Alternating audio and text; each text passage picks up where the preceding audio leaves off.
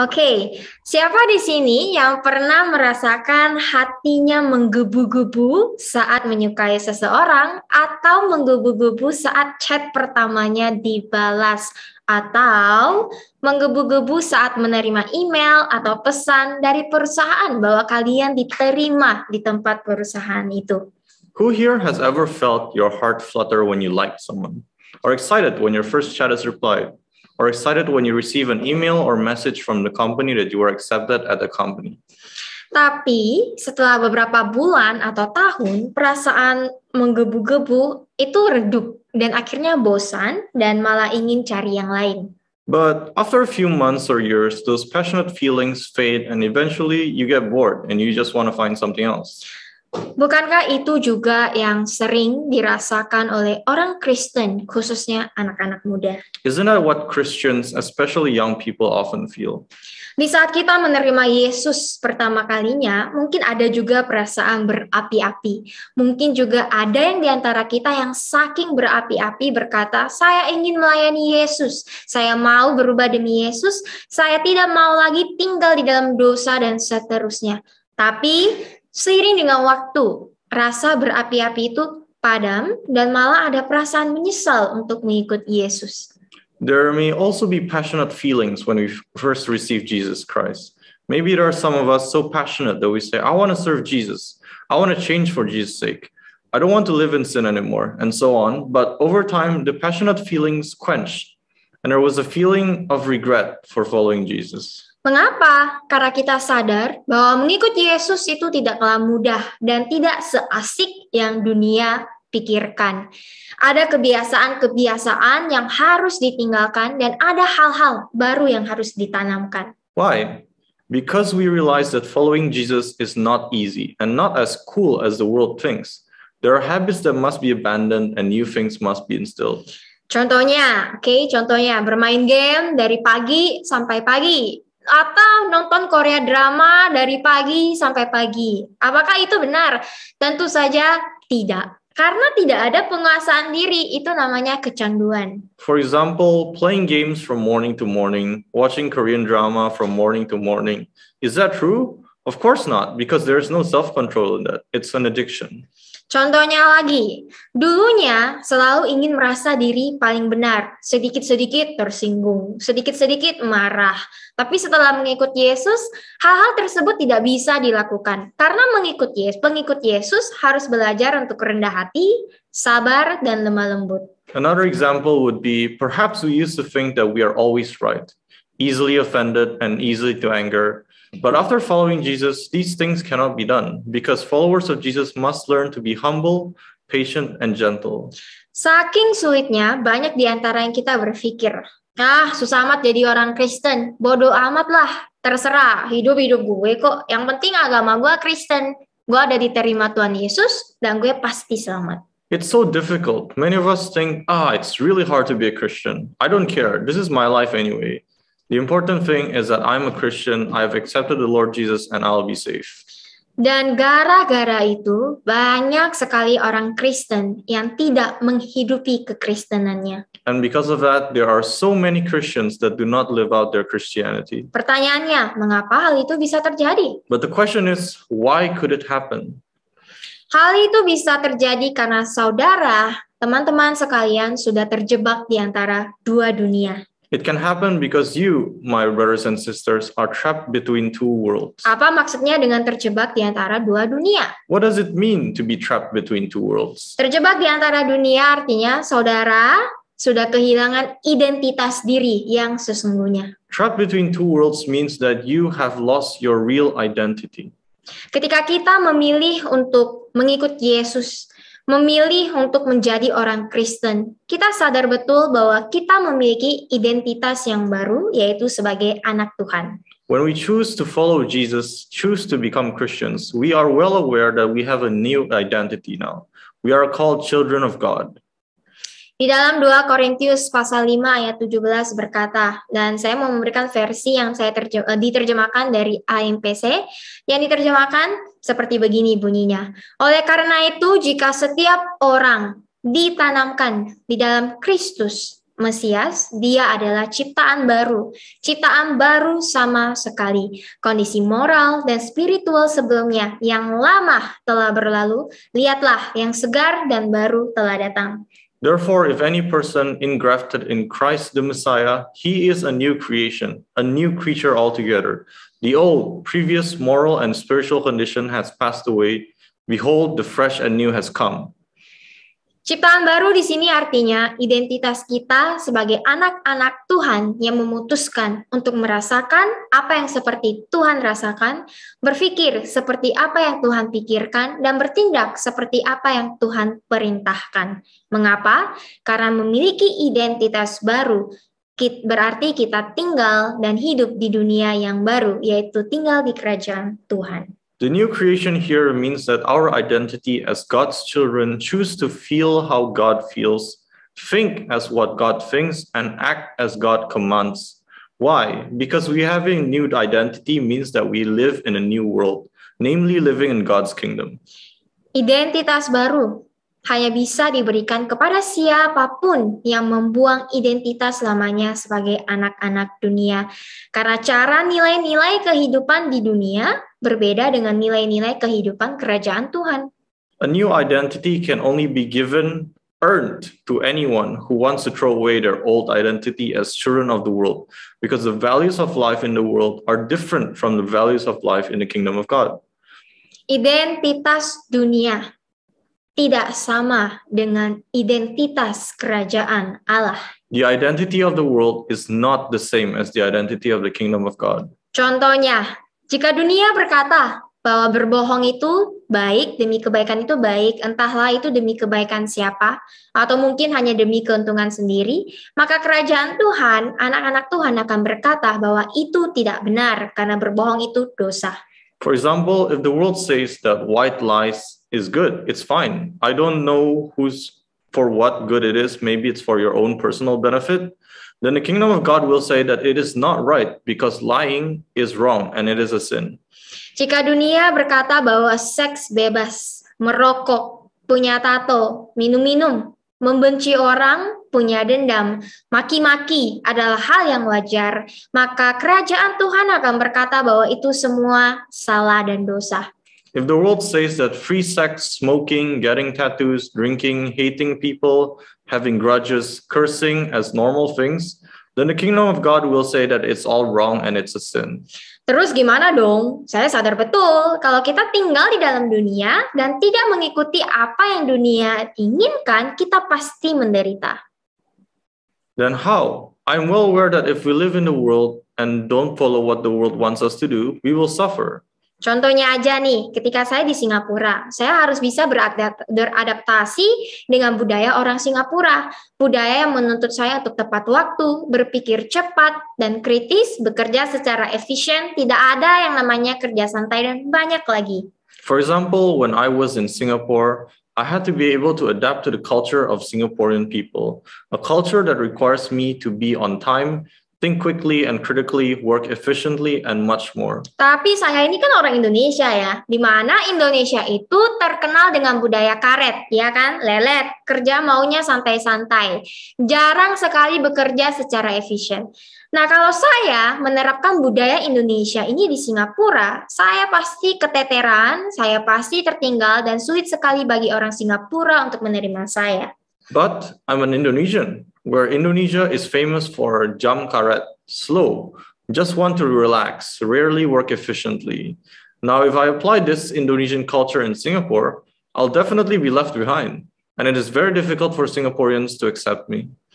Saya yang memiliki identitas sebagai anak Tuhan, saya tahu betul pergumulan yang kita alami ketika kita masih tinggal di dalam dunia ini, khususnya anak-anak muda.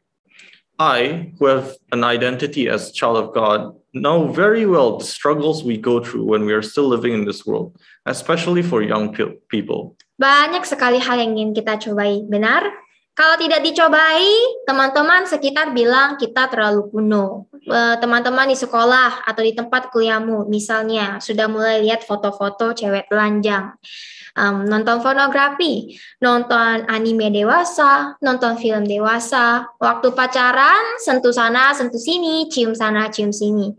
Merokok, minum-minum, pergi clubbing, pakai baju yang seksi-seksi, maki-maki waktu main game, tipu sana, tipu sini. Kalau benci ya benci, nggak peduli dengan kata maaf, dan masih banyak lagi. Dan bukankah hal seperti ini yang anak muda ingin lakukan? Atau mungkin banyak di antara kita yang sudah melakukan ini. There are so many things we want to try, right? If we don't try it, our friends will say we're too old-fashioned.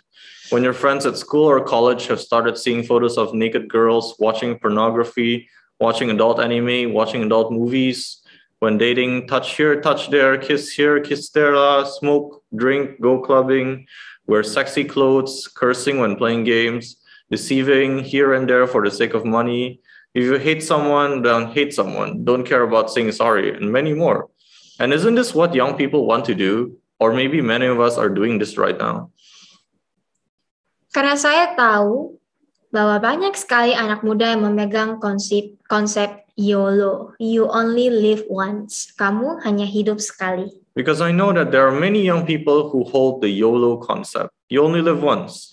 Menurut dunia, konsep YOLO merupakan konsep yang sangat keren. Toh aku cuma hidup sekali, jadi aku bisa ngelakuin apapun yang aku mau. Itulah kata dunia.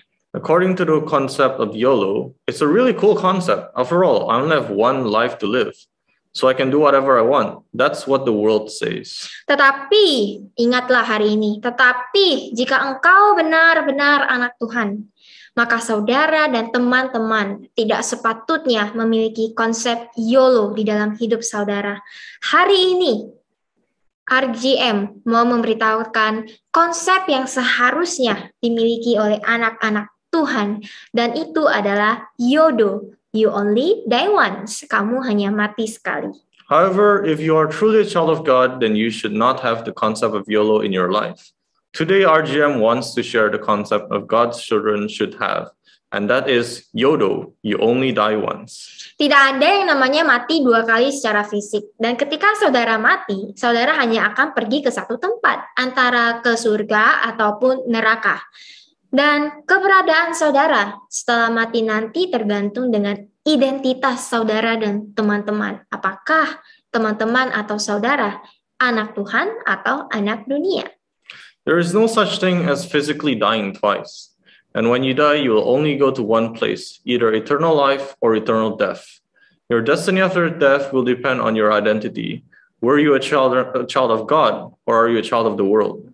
Jadi, kalau kita semua di sini setuju bahwa mati secara fisik itu hanya sekali, mengapa kita tidak memilih untuk hidup sesuai dengan identitas kita sebagai anak Tuhan?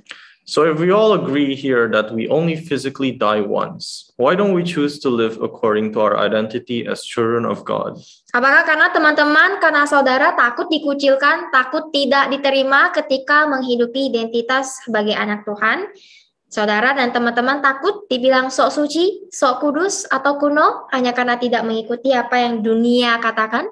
Is it because you are afraid of being bullied, afraid of not being accepted while living your identity as a child of God? Are you afraid of being called self-righteous and pretentious just because you don't follow what the world says?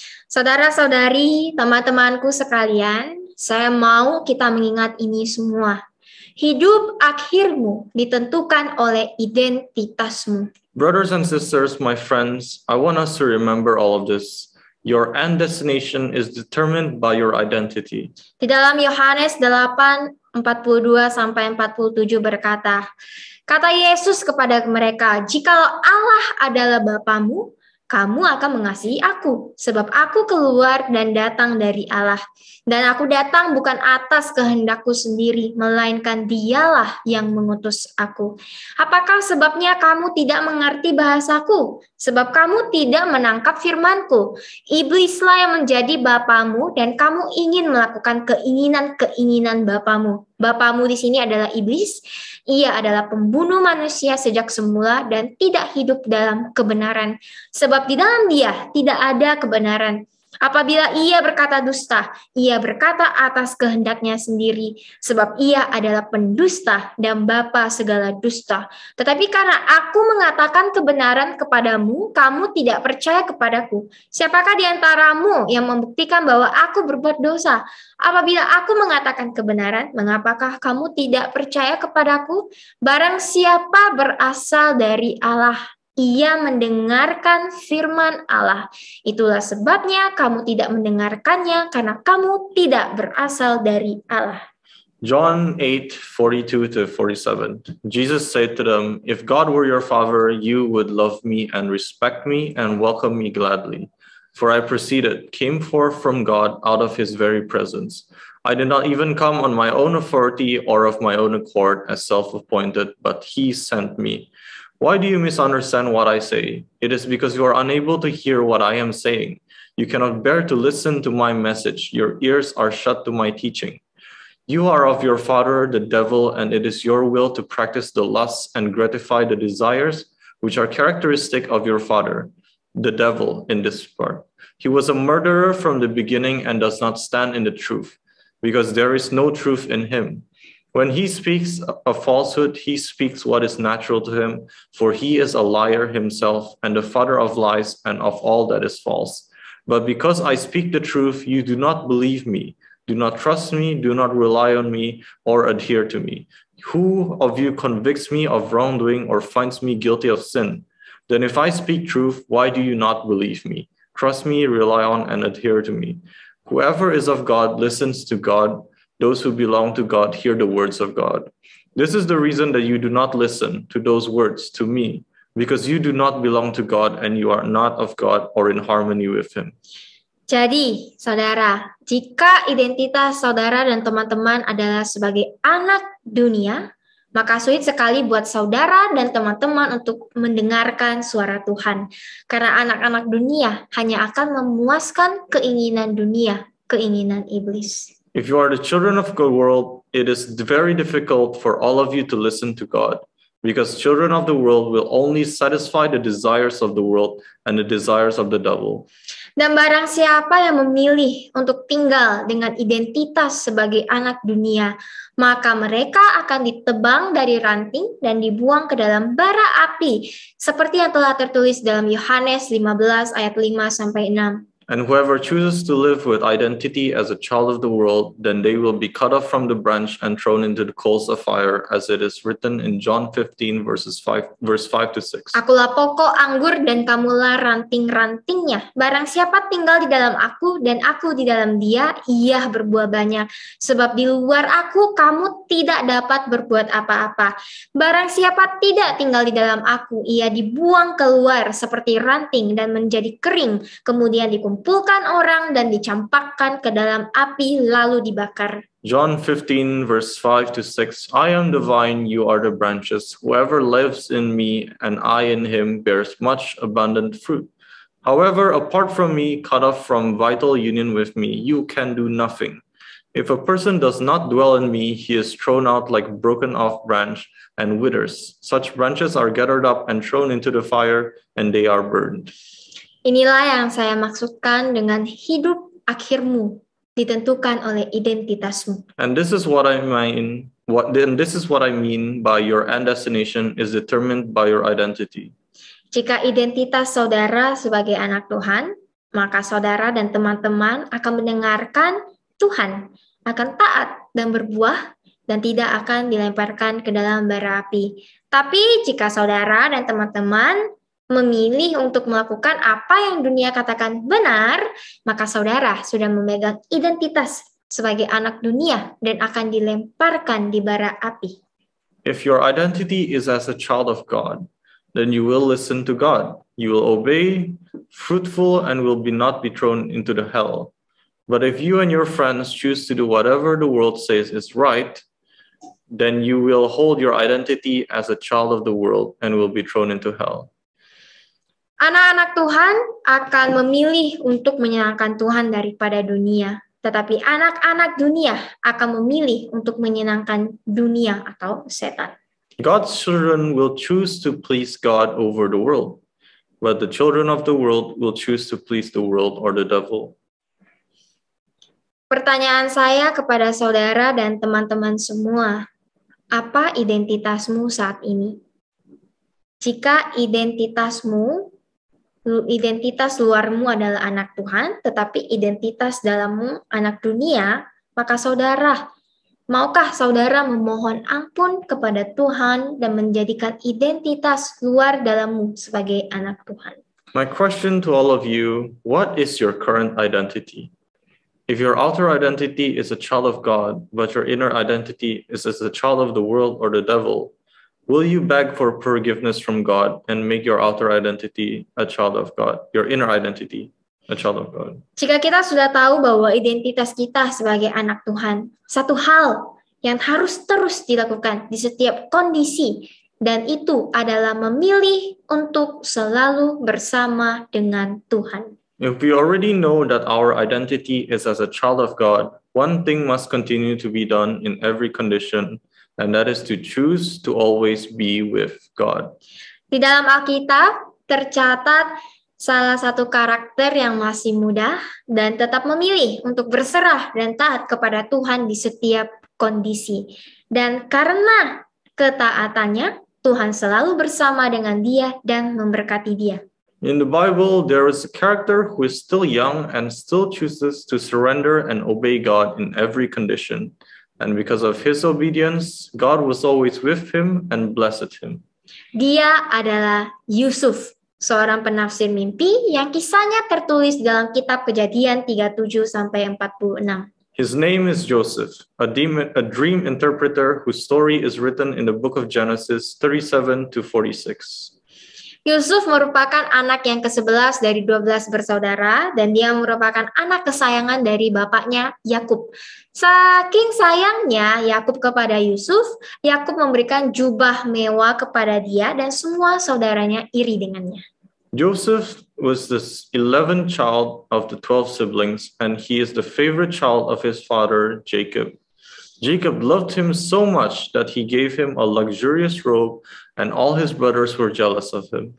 Perasaan iri tersebut sudah tertanam di hati saudara Yusuf, tapi semakin menjadi-jadi ketika Yusuf menceritakan mimpinya kepada keluarganya bahwa semuanya akan tunduk kepadanya. Karena itu saudara-saudaranya berencana untuk membunuh Yusuf ketika mereka sedang mengembalakan kambing domba.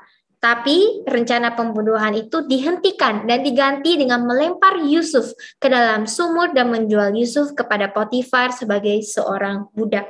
The feeling of envy was already embedded in Joseph's brother's heart, but it got worse when Joseph told his family about his dream that everything would submit to him. Therefore, his brothers planned to kill Joseph while they were tending the flocks. But the killing plot was stopped and replaced by throwing Joseph into a well and selling Joseph to Potiphar as a slave. Tapi apa yang dilakukan Yusuf ketika ia menjadi seorang budak? Tidak ada sekalipun Alkitab mencatatkan bahwa ia bersungut-sungut atau komplain ataupun marah kepada Tuhan dan saudaranya.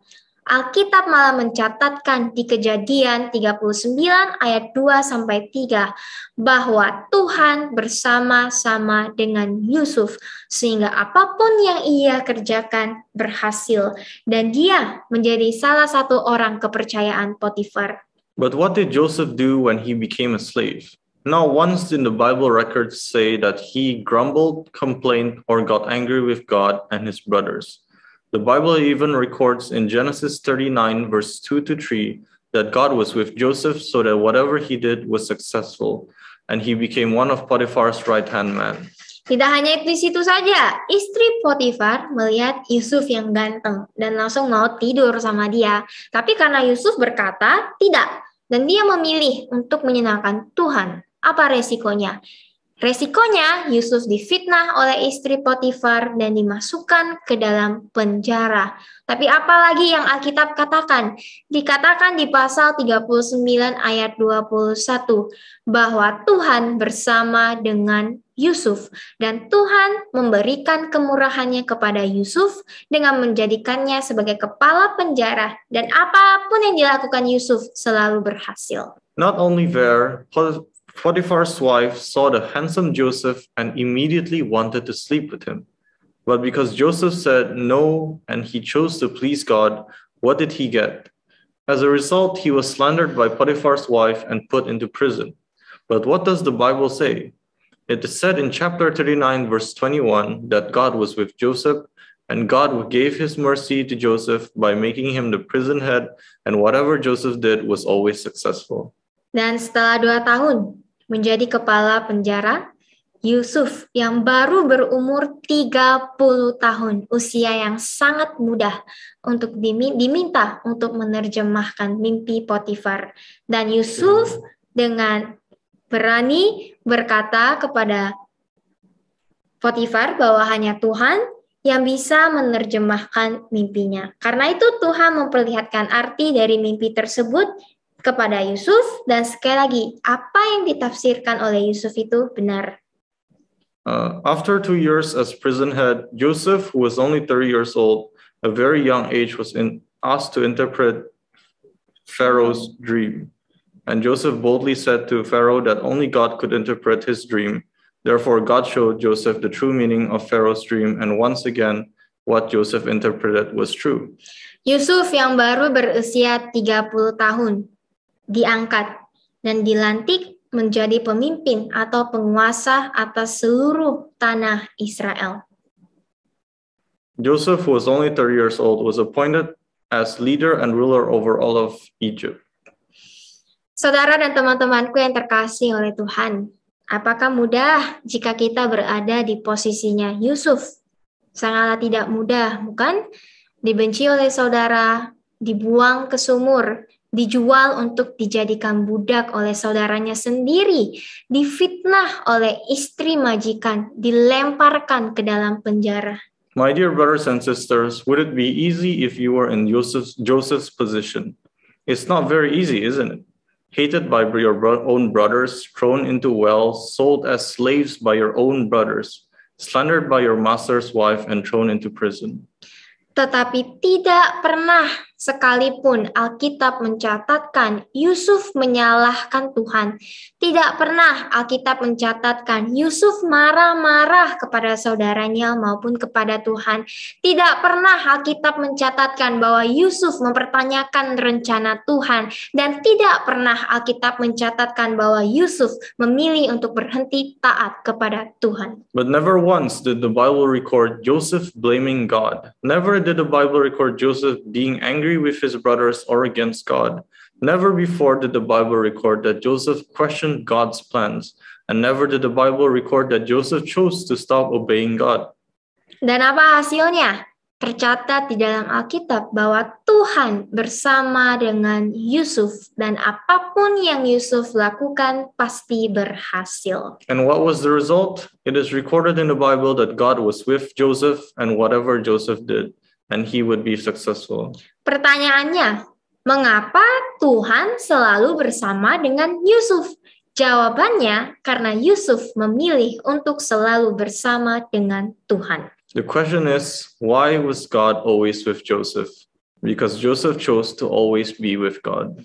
Memilih untuk bersama dengan Tuhan artinya memilih untuk taat dan berserah kepada Tuhan sepenuhnya, baik di saat suka maupun duka. Choosing to be with God means choosing to obey and surrender completely to God, both in times of joy and sorrow.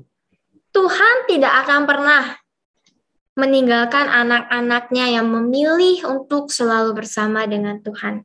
Rencananya selalu baik bagi siapapun yang mengasihi Dia. God will never leave his children who choose to always be with him. His plans are always good for those who love him. Di Roma 8:28 berbunyi, kita tahu sekarang bahwa Tuhan turut bekerja dalam segala sesuatu untuk mendatangkan kebaikan bagi mereka yang mengasihi Dia, yaitu bagi mereka yang terpanggil sesuai dengan rencana Tuhan. Romans 8 verse 28, and we know that for those who love God, all things work together for good, for those who are called according to his purpose. Tapi, apa artinya mengasihi Tuhan di sini? Jawabannya ada di Yohanes 14 ayat 15 dengan jelas mengatakan, "Jikalau kamu mengasihi aku, mengasihi Tuhan, kamu akan menuruti segala perintahku." Mengasihi Tuhan artinya mentaati semua perintah-perintah Tuhan. Mengasihi Tuhan artinya takut kepada Tuhan, dan takut dan taat kepada Tuhan artinya kita membenci semua yang jahat. What does it mean to love God here?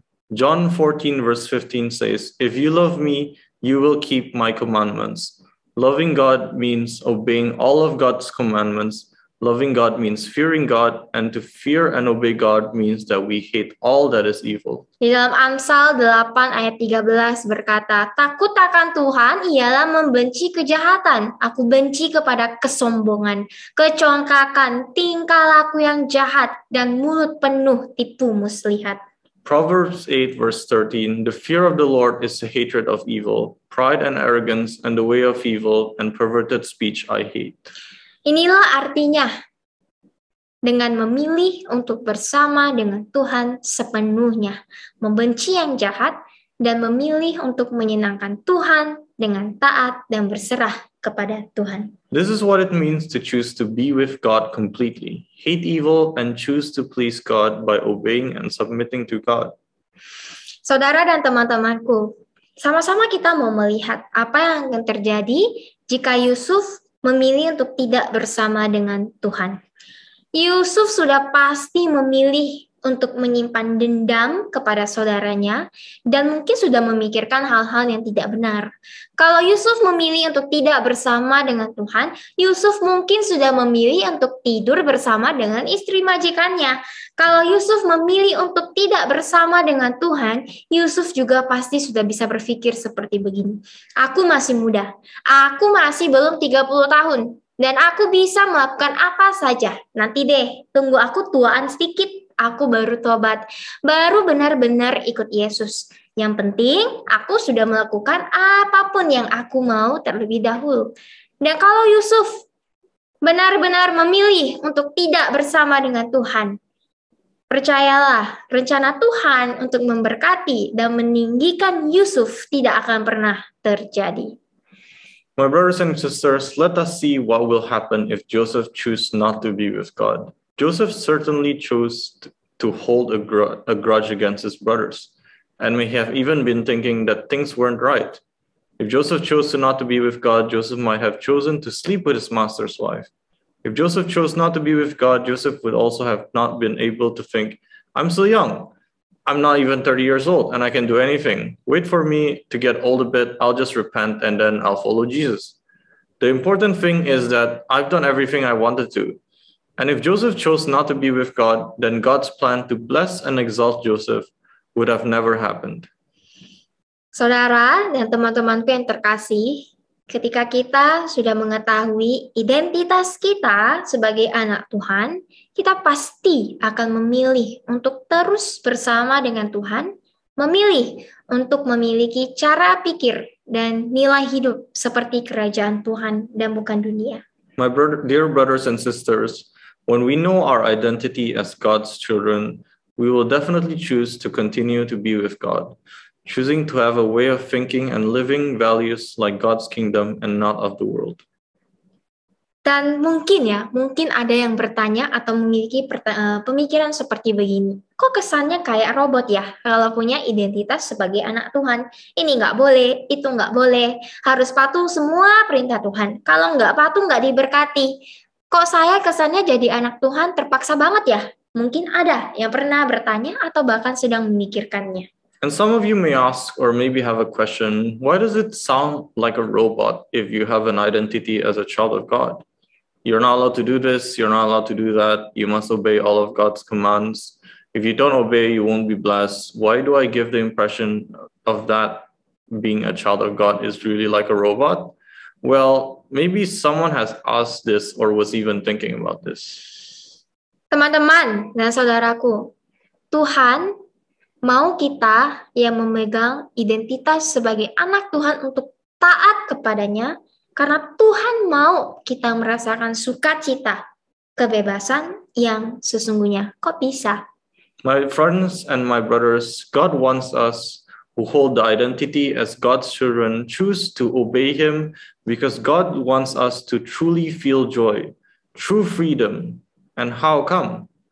Seorang penulis bernama Timothy Keller berkata seperti ini. Sama seperti ikan yang diciptakan untuk hidup di dalam air dan burung di udara, maka kamu diciptakan untuk taat, kamu diciptakan untuk Tuhan, kamu tidak akan menemukan arti hidup yang sesungguhnya dan kebebasan di tempat lain.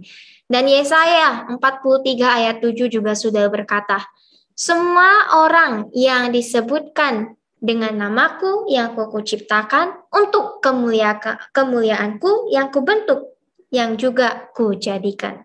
And one writer, Timothy Keller, put this way, just as the fish was built for water and the bird for air, so you were made for obedience, you were built for God. You will not find true life and freedom anywhere else. And in Isaiah 43 verse 7 says, everyone who is called by my name, whom I created for my glory, whom I formed and made. Itu artinya, jika ikan bosan untuk hidup di dalam air dan memilih untuk hidup di udara, maka ikan bukannya mendapatkan sukacita, tapi menderita dan perlahan mati. Sama seperti burung, jika burung bosan hidup di udara dan coba-coba untuk tinggal di dalam air, maka burung akan menderita dan mati. Kenapa? Karena ikan diciptakan untuk hidup di dalam air dan burung diciptakan untuk hidup di dalam udara. Sama seperti kita semua yang ada di sini. Kita diciptakan untuk menaati Dia. Jika kita tidak taat dengan pencipta kita, kita akan secara perlahan menderita dan mati. Tidak ada sukacita dan kebebasan yang sesungguhnya. Dunia hanyalah tempat tinggalmu sementara. Dan ingat saudara, maka dari itu sukacita dan kebebasan di dunia ini juga hanya sementara. That means if the fish are bored to live in the water and choose to live in the air, then the fish will not get joy but suffer and slowly die. Just like birds, if birds get bored in the air and try to stay in water, they will suffer and die. Why? Because fish were created to live in water and birds were created to live in the air. Just like us, we are created to obey Him. If we disobey our Creator, we will slowly suffer and die. There is no real joy and freedom. The world is only your temporary residence, therefore joy and freedom in this world are only temporary. Bukankah indah jika kita sebagai ciptaannya memilih untuk hidup sesuai dengan apa yang dikehendakinya, yaitu untuk taat kepadanya. Jika kita memilih taat, kita pasti bisa mendapatkan sukacita dan kebebasan yang sesungguhnya. Wouldn't it be wonderful if we, as His creations, choose to live according to His will? That is to obey Him. If we choose to obey, we can certainly find true joy and freedom. Tapi saya tahu betul, memegang identitas sebagai anak Tuhan dan memilih itu bersama dengan Tuhan sekutunya tidaklah mudah. Jadi kita semua, ya khususnya anak muda, harus bagaimana dong? Kita harus terus mendekatkan diri dengan sumber air kehidupan kita dan itu adalah Tuhan. But I know very well holding the identity as a child of God and choosing to be with God completely is not easy. So all of us, especially young people, what should we do? We must continue to get closer to the source of our living water, and that is God. Contohnya, pohon dan tanaman yang selalu memerlukan air. Dikatakan oleh sang ahli, jika tanaman dan pohon tidak memiliki air lebih dari 70% di dalam tubuhnya, maka tanaman dan pohon akan mati. Tanpa air, tanaman dan pohon tidak akan bertahan lama dan pelan-pelan akan mati. For example, trees and plants that always need water. It is said by experts, if plants and trees do not have more than 70% of water in their bodies, then the plants and trees will die. Without water, these plants and trees will not last long and will slowly die. Artinya apa? Pohon dan tanaman ini perlu air untuk hidup. Dan kita, air hidup yang kita perlukan yaitu firman Tuhan, yaitu Tuhan untuk tetap hidup selama kita masih tinggal di dunia ini. Saudara dan teman-temanku sekalian, kita harus mengingat kita memang tinggal di dunia, tapi kita bukan bagian dari dunia ini. So what does it mean? These trees and plants need water to live, and we are our living water, namely God, to live as long as we live in this world. Brothers and sisters, we do live in this world, but remember that we are not part of this world. Mazmur 1 ayat 1-3 berkata, "Berbahagialah orang yang tidak berjalan menurut nasihat orang fasik, yang tidak berdiri di jalan orang berdosa, dan yang tidak duduk dalam kumpulan pecemooh, tetapi yang kesukaannya ialah Taurat Tuhan, firman Tuhan, dan yang merenungkan Taurat itu siang dan malam.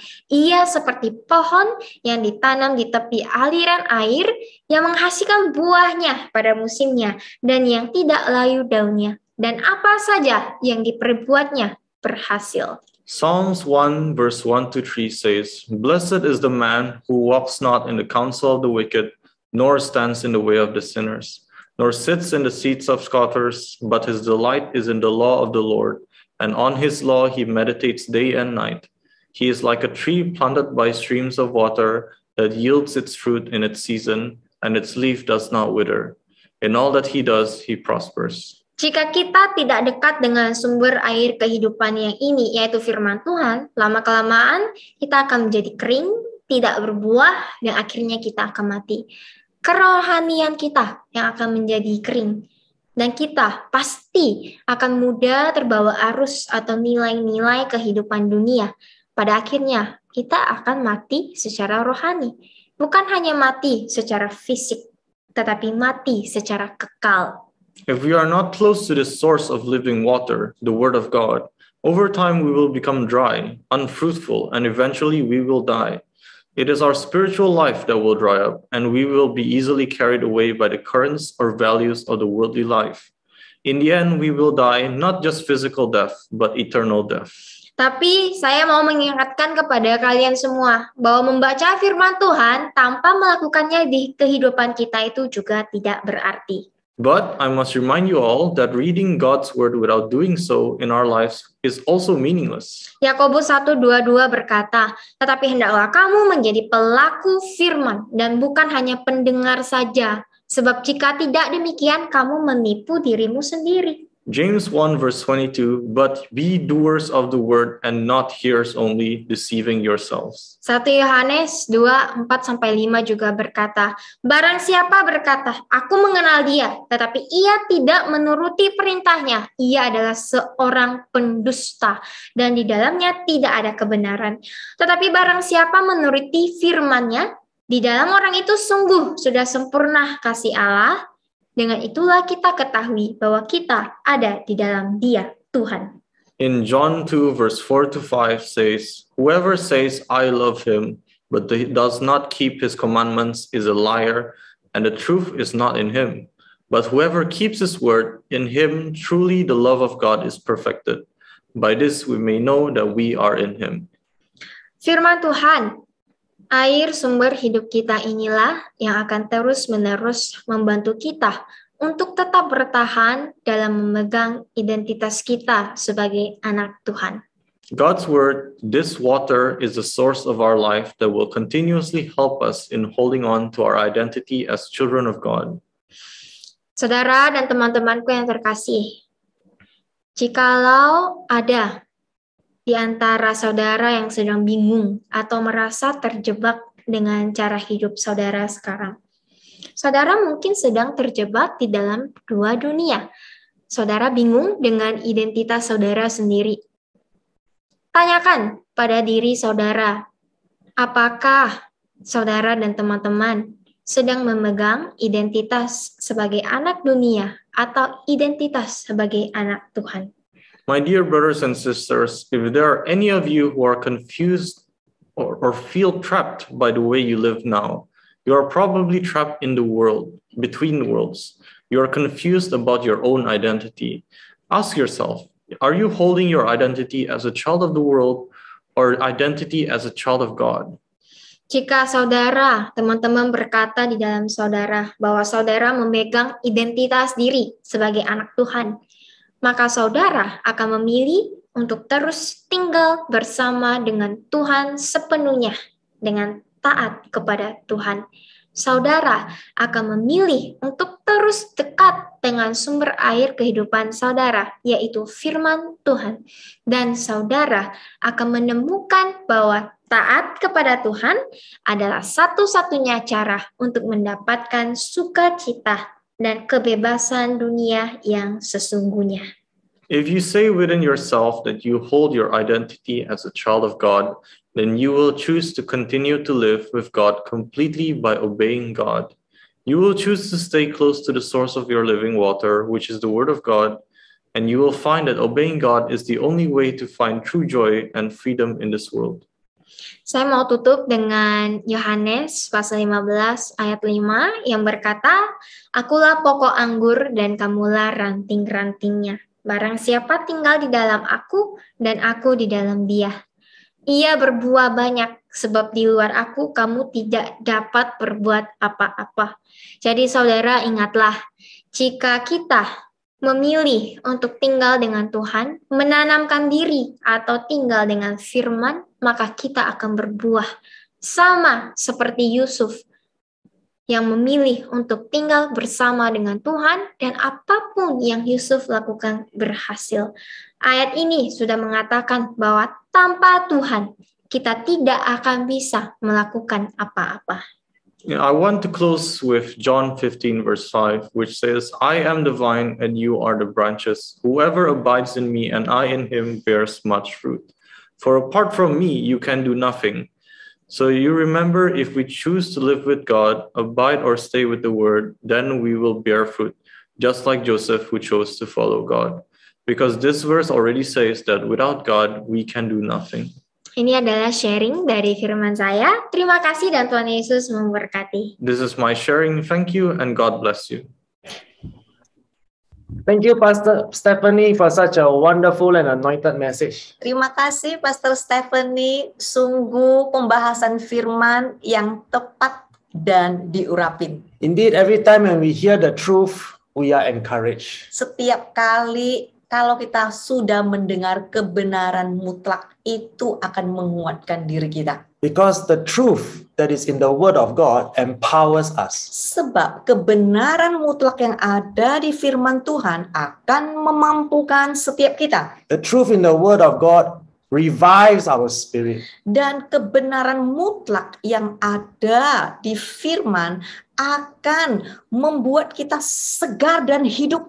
It refreshes us and draws us closer to our Heavenly Father. Bukan cuma menyegarkan kita, membuat kita hidup, tetapi mendekatkan kita dengan Tuhan kita. So my friends, we have to make a decisive decision. Jadi saudara dan saudari, kita harus membuat suatu keputusan. Remember in Isaiah 43 verse 7, God says, we are created for His glory. Ingat, tadi sudah dibagikan di Yesaya pasal 43 ayat 7, firman Tuhan berkata, kita itu diciptakan cuman untuk satu tujuan, yaitu memuliakan Dia. And so every day, we need to decide, do we glorify God with this life, or do we continue to indulge in sin and betray Him every day? Jadi sebetulnya setiap hari yang harus kita pastikan adalah hidup ini apakah memuliakan Dia atau memuliakan diri kita sendiri dengan terus-menerus melakukan sesuatu yang tidak benar. And it is very important that we must confirm our identities as what Pastor Stephanie has been teaching us this evening. Dan sangat penting juga untuk kita mulai bertanya, mulai mengevaluasi diri kita masing-masing. Apa ya identitas aku ya, sesuai dengan yang tadi sudah diajarkan oleh Pastor Stephanie. The children of the devil will continue to betray Jesus. Anak-anak dunia, yaitu miliknya setan, mereka akan terus-menerus memilih untuk memberontak dan mengkhianati Yesus. But those of us here at RGM who are called the children of God, Tetapi semua yang ada di sini, yang di RGM, saya percaya semua adalah anak Tuhan. Amin. In our heart, we desire holiness. Dan di dalam hati kita, kita sungguh merindukan hidup kudus dan benar. And we will make every effort to obey the word of God because we love Him. Dan kita akan selalu berjuang untuk mau taat memuliakan Tuhan. And our Heavenly Father says to all of us here this evening, if you continue to obey my word and you continue to follow according to my precepts and my laws, I will bless you. Dan Allah Bapamu dan aku berkata kepada setiap kita yang ada di sini, jikalau engkau terus-menerus mematuhi firman-Ku, jikalau engkau terus-menerus melekat kepada aturan dan hukum-Ku, aku, Allah Bapamu, akan memberkatimu. Shall we pray? Ayo sama-sama kita berdoa. Father, we thank you, Lord, for teaching us and speaking into our hearts this evening. Terima kasih Tuhan, Engkau sudah mengajarkan kami dan berbicara kepada setiap kami. We thank you, Lord, for your anointed servant, Pastor Stephanie. Terima kasih Engkau sendiri sudah memanggil dan mengurapi hamba-Mu, Pastor Stefan. That you continue to empower her and to inspire her by your Holy Spirit. Engkau akan terus-menerus memampukan dia dan mengurapi dia lebih lagi dengan kuasa Roh Kudus. Let her continue to draw strength and wisdom from you. Biar dia terus-menerus mendapatkan kekuatan dan hikmat yang baru dari Engkau sendiri. Continue to affirm her and to lift her up. Engkau terus-menerus meyakinkan dia atas panggilannya dan menguatkan dia atas panggilannya. And we trust that, Lord, you will continue to establish her in the ministry. Dan kami percaya Engkau sendiri yang akan membangun dia di dalam pelayanannya. And you will continue to affirm her as you lead her and walk with her daily. Dan Engkau sendiri yang akan menyegarkan dan meyakinkan dia sebab dia berjalan terus dituntun oleh-Mu. And we thank you, Father, that your conviction is strong in our hearts and we will continue to obey your commands. Dan terima kasih Tuhan juga bagi setiap kami yang sudah Engkau berikan penginsyafan agar kami mau taat kepadamu. Terima kasih Tuhan. Thank you for your abundant blessing and provision in our lives. Terima kasih atas berkat-Mu yang berkelimpahan di kehidupan setiap kami yang ada di sini. And in Jesus' name, all of God's people say, Dan di dalam nama Tuhan Yesus, sama-sama yang menerima kami katakan, Amen. Amen, amen.